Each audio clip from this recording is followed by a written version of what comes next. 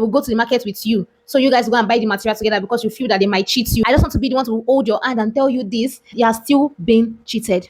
In today's episode of Apartment Hunting Tip, God, I'm so sorry that it's been so long that I made this kind of video. I recently made a video showing that I had finally gotten sofas in my apartment. And of course, some people asked me for my carpenter contacts, my carpenter this, my carpenter that. Carpenter aside, now let me get into the real gist. Now, this particular tip is not necessarily related to you getting an apartment. It has to do with you working with artisans when you want to now furnish your apartment. I've noticed that a lot of artisans, they are kind of thieves.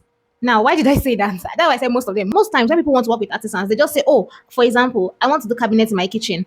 How much would it cost? And the person just tells you 800,000 naira. And you say, okay, fine. I'll send you part payment so you get the job done.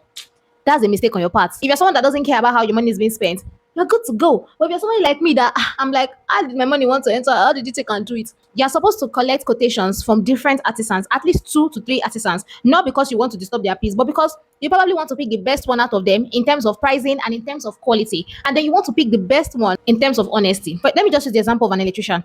You meet this electrician, okay, I want to do some electrical, whatever. Don't just go ahead and say, oh, how much will it be? Blah, and pay.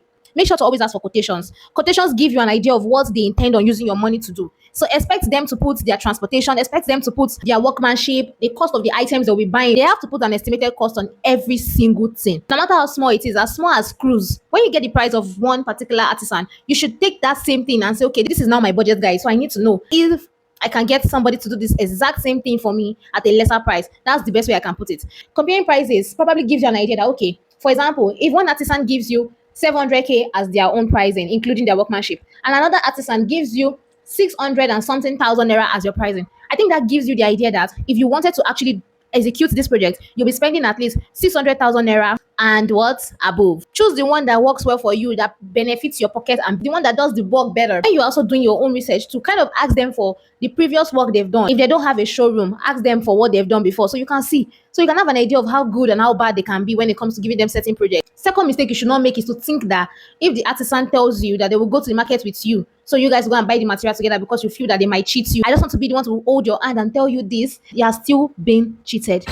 Yeah, especially if they go to the market with you and it is a market that they recommended. Better you believe that they are taking you to their customer, the customer that they've already connived with, to say, okay, I am bringing somebody here today. I need you to maybe double the prices of everything the person wants to buy today, and then I'll give you a percentage and the rest is mine. Wow. You better believe it. They do it, and I caught one carpenter doing it to me. I've seen things in this life. I hope this helps you the next time you're about to work with an artisan. Make sure to stick around because by next week, another apartment hunting tip video would be released. Mwah. Love you guys.